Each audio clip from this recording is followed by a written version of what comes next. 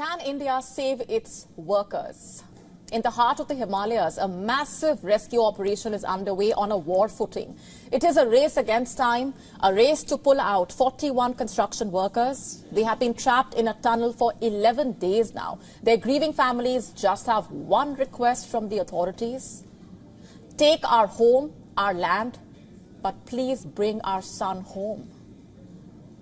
Indians are waiting with bated breath. The world is watching. The big question being asked is whether India will be able to save its trapped workers.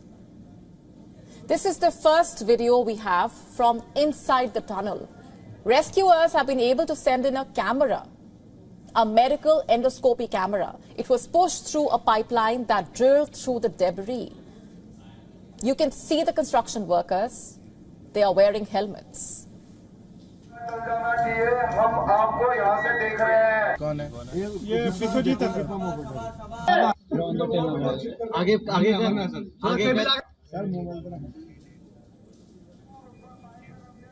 They look exhausted, anxious, naturally so. The men can be seen peering at the camera sent by the rescuers. On Tuesday, India was able to send hot meals to these men. They received khichdi. It is a meal made of rice and lentils. It was sent through a 6-inch pipeline drilled through the rubble. Before the camera was sent, the rescuers communicated with the trapped men using radios. Rescuers have been trying to create new passageways to free them. One of the proposed routes is nearly half a kilometer long. Excavators are removing earth, concrete, rubble since the 12th of November. But rescue efforts have been slow, complicated by the falling debris. The heavy drilling machines have also repeatedly seen breakdowns, but that has not deterred the rescue operations. The Indian Air Force has twice airlifted a new kit to aid the operations. Meanwhile, trucks brought in sections of metal tubes wide enough for a man to enter so it can be wielded together as part of efforts to create a safe exit route. Rescue teams are also preparing 2 new approaches to reach the men. One of these approaches involves drilling a vertical shaft down from a forested hill above. And officials estimate that the proposed vertical shaft would need to be 291 feet deep. And this makes this a potentially complex dig right above an area that has already suffered one collapse. The second approach would be from the far side of the road tunnel, a much longer route estimated to be around 480 meters. The authorities are exploring many options and say that the focus is on saving lives. They have not set a time frame for the rescue operations, but assure that a delay, if any, will not harm the trapped workers. Food, water, other supplies are constantly being sent to them. But what about their emotional well-being? Well, the authorities have that sorted as well. There are doctors at the collapse site. Some of them are regularly communicating with the trapped workers, asking them to keep calm and practice yoga. I have given the trapped workers the suggestion to take vitamin C, calcium and drink ORS and keep themselves hydrated. I've asked them to take rest and practice yoga and meditation. The families of a few workers have been brought in as well. They have been accommodated in the hotels in a built-up area. In some cases, families have been able to talk to the men trapped inside. Besides the national and the state disaster management authorities, a robotics team of India's Defence Research Organisation is also at the spot. Foreign experts have been drafted in, including Australian independent disaster investigator Arnold Dix, who is also the president of the International Tunnelling and Underground Space Association. Speaking to Indian media outlets, Dix struck a confident tone on Tuesday. He said, and I'm quoting, "Those 41 men are coming home." The tragedy unfolded on the 12th of November. Men, some as young as 20, went inside the tunnel to do their daily jobs, and soon a part of the under-construction tunnel collapsed. And that was it. The fate of these workers was sealed. It has been 11 days now, and with each passing hour, the rescue effort becomes even more crucial. For you a video. Yemen's Houthi rebels have released footage of the hijacked India-bound ship. Take a look first.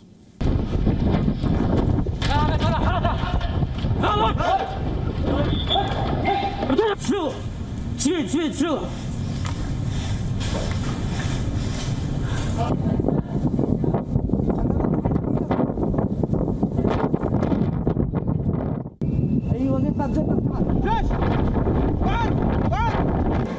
Just a quick recap here. The Houthis have hijacked a cargo ship in the Red Sea. The ship was traveling from Turkey to India. It has now been taken to Yemen.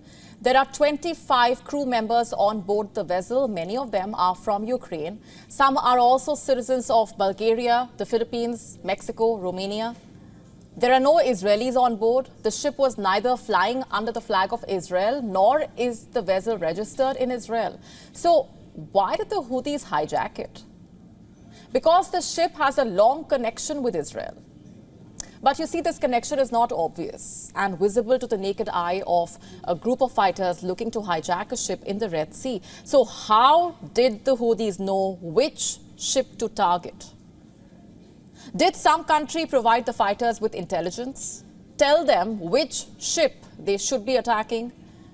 I will tell you why I asked this question. You see, the Red Sea shipping route is one of the busiest in the world. There are thousands of ships transiting through this stretch of water daily. In fact, this map will give you an idea of the kind of maritime traffic I'm talking about. So of these ships, how did the Houthis manage to find a ship with an Israeli connection? The ship is called Galaxy Leader. It was sailing under the flag of Bahamas.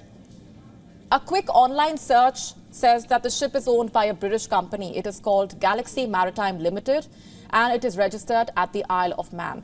The ship was chartered by a Japanese transport company called Nippon Yusen. It's only upon digging further that one finds that Galaxy Leader's owners are associated with Ray Car Carriers, a company that was founded by Abraham Ungar. He is one of Israel's richest men. He is popularly called Rami. Now, how did the Houthis know any of this? How did they find the Israeli ship? How was it spotted among the hundreds and thousands of others? Unless there was someone supplying the group with intelligence. Was it Iran? You see, the country is accused of backing the Houthis. Tehran has denied helping the Houthis in this hijacking operation. But you saw the video. Is it possible the Yemeni rebel group planned and executed this operation alone? The fighters used a helicopter, wore commando-style bulletproof vests, had assault rifles. How could the Houthis possibly have carried out this operation in such a professional manner without any external help?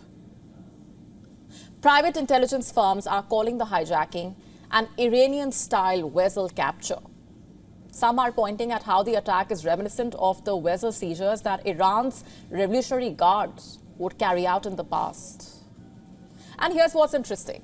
The hijacked ship, the Galaxy Leader, passed by one of Iran's cargo vessels before the attack. This Iranian vessel is called Behzad. It's sanctioned by America. US suspects this cargo ship moonlights as a forward spying base. Behzad is in the Red Sea since the year 2021. It replaced an Iranian vessel called Saviz, which too was suspected of spying. Do you see what all of this is pointing at? Tensions are increasing at the Red Sea. The stretch of water is crucial for cargo. Most ships traveling from Europe to Asia take this route. It is the shortest and hence most cost-effective.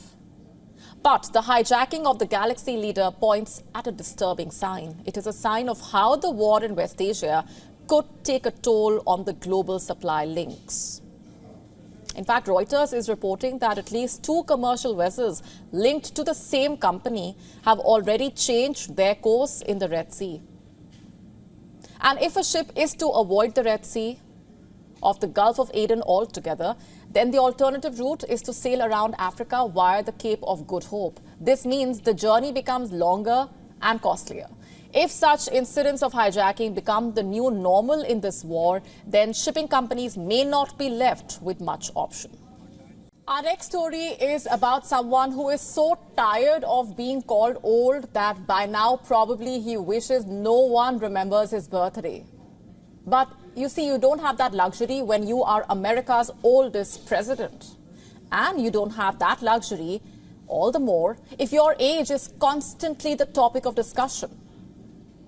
Joe Biden turned 81 on Monday. It is a milestone that, unfortunately for Biden, drew all the more attention to his age than he would like. At this point, I'm sure he would love it if people just forget the fact that he turned a year older. Biden even tried to resort to humor in order to persuade the voters that his age and experience actually is an asset to tackle America's problems. At a ceremony on Monday to pardon the national Thanksgiving turkey, Biden joked that he was not around for the first such turkey event 76 years ago. Also, that it was difficult turning 60. Now, jokes aside, the fact is that he is the oldest president in American history. In fact, if re-elected, Biden would be 86 by the end of his second term in office. Just for some perspective here, Republican Ronald Reagan, who had the prior record as the oldest U.S. president, put an end to his second four-year term at age 77 in 1989. You see, Americans have been worried. Opinion polls have shown that they are concerned about whether Biden is too old or is he even mentally unfit for office. A YouGov poll released just days before Biden's birthday found that 54% voters think he no longer has the competence to carry the job of the president. And that number, by the way, is up from 49% who said the same in February. In a mid-September Reuters Ipsos poll, voters expressed concern over Biden's age and his fitness for office. 77% of the respondents, including 65% of Democrats, said Biden is too old to be president, while just 39% said Biden was mentally sharp enough for the presidency. And by comparison, 56% of the poll respondents said Trump is too old for the office. 54% said he was mentally sharp enough to handle the challenges that come with the post. The thing is, Biden has not also won the perception battle. Far from it. Stumbling on the Air Force One staircase, shaking hands in the air, his fall at a U.S. Air Force Academy graduation. These incidents obviously do not evoke confidence among the American voters. You remember the time when Biden's staff had to cut him off mid-sentence at a news conference in Hanoi? The president was interrupted by his staff after he started rambling during a media address. And shortly after, the American president was seen leaving the podium. A recent survey by Bloomberg News and Morning Consult this month found that voters in 7 swing states are more likely to associate old age with Biden than any other topic. And in an open-ended question asking what they had heard about the candidates lately, hundreds of respondents cited Biden's age. And think about it. Why would the voters, especially the youth, want a leader who does not invoke confidence about being fit enough for the job? Biden has tried his best to convince them that he is not too old, but that does not seem to be working.